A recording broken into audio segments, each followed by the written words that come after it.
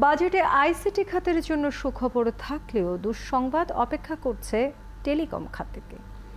মুঠোফোনে কথা বলা কিংবা ইন্টারনেট ব্যবহার দুই ক্ষেত্রেই খরচ বাড়ছে। একই সাথে স্থানীয় ও আমদানি করা দুই ধরনের স্মার্টফোনে করের হারও এক ধাপ বাড়বে। ফলে এগুলোর দামও হাতের নাগালের বাইরে চলে যেতে পারে। প্রযুক্তি খাতে সম্ভাব্য বাজেট নিয়ে জানাচ্ছেন রাকিব হাসান। সব ঠিক থাকলে ৭,৯৬,৯০০ কোটি টাকার বিশাল আকারের বাজেট আসতে যাচ্ছে ২০২৪-২৫ অর্থ বছরে, যেখানে রাজস্ব আহরণের লক্ষ্যমাত্রা ধরা হতে পারে প্রায় ৫,৫০,০০০ কোটি টাকা।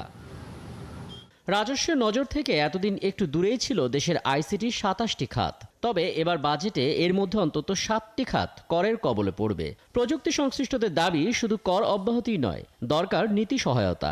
বিশ্বজুড়ে তোলপাড় করা আর্টিফিশিয়াল ইন্টেলিজেন্সের অগ্রগতির সাথে তাল মিলিয়ে এগিয়ে যাওয়ার পাশাপাশি দেশীয় শিল্পকে গুরুত্ব দেওয়ার দাবি তাদের। তবে সাধারণ মানুষ চায় মোবাইল ফোনের দাম কমুক, মোবাইল ফোনে কথা বলার সময় কম টাকা কাটুক। দুইটা বিষয়, একটা বিষয় হচ্ছে দেশীয় প্রযুক্তিকে, দেশীয় প্রতিষ্ঠানকে যেন প্রাধান্য দেওয়া হয় সরকারি ক্রয়ে এবং বেসরকারি ক্রয়ের ক্ষেত্রেও। বিভিন্ন ক্ষেত্রে সেই জায়গাটার একটা পলিসি সাপোর্ট আমরা চাচ্ছি।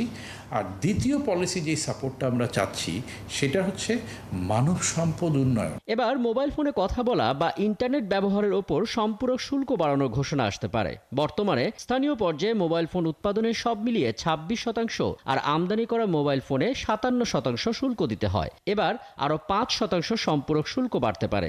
এতে স্থানীয় উৎপাদিত স্মার্টফোনের দাম বাড়তে পারে। অপারেটররা বলছেন, এতে করে সেবা দেয়া কঠিন হয়ে উঠবে।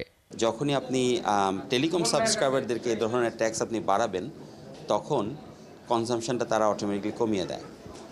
সুতরাং যেই প্রবৃত্তিটা আপনি আশা করছেন ট্যাক্সটা বাড়িয়ে, সেই প্রবৃত্তিটি কিন্তু পাওয়া যায় না। আমাদের টেলিকম এটা কিন্তু একটা আমাদের বলবো যে একটা পিলার, যেটার মাধ্যমে আমাদের ডেভেলপমেন্ট হচ্ছে দেশের।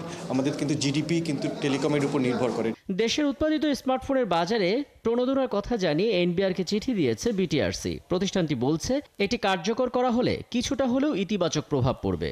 এনবিআরকেও আমরা লিখেছি ওদের পক্ষ হয়ে, যাতে ওদেরকে ইনসেন্টিভের পরিমাণ আরেকটু বাড়ানো হয়, যাতে এই দেশের যারা ম্যানুফ্যাকচারার বা অ্যাসেম্বলার তাদের জন্য ব্যবসা বান্ধব একটা পরিবেশ সৃষ্টি। ইন্টারনেট ব্যবহারের উপর ৫% সম্পূরক শুল্ক আরোপ করা হতে পারে। ফলে ইন্টারনেট ব্যবহারেও গুনতে হতে পারে বাড়তি অর্থ।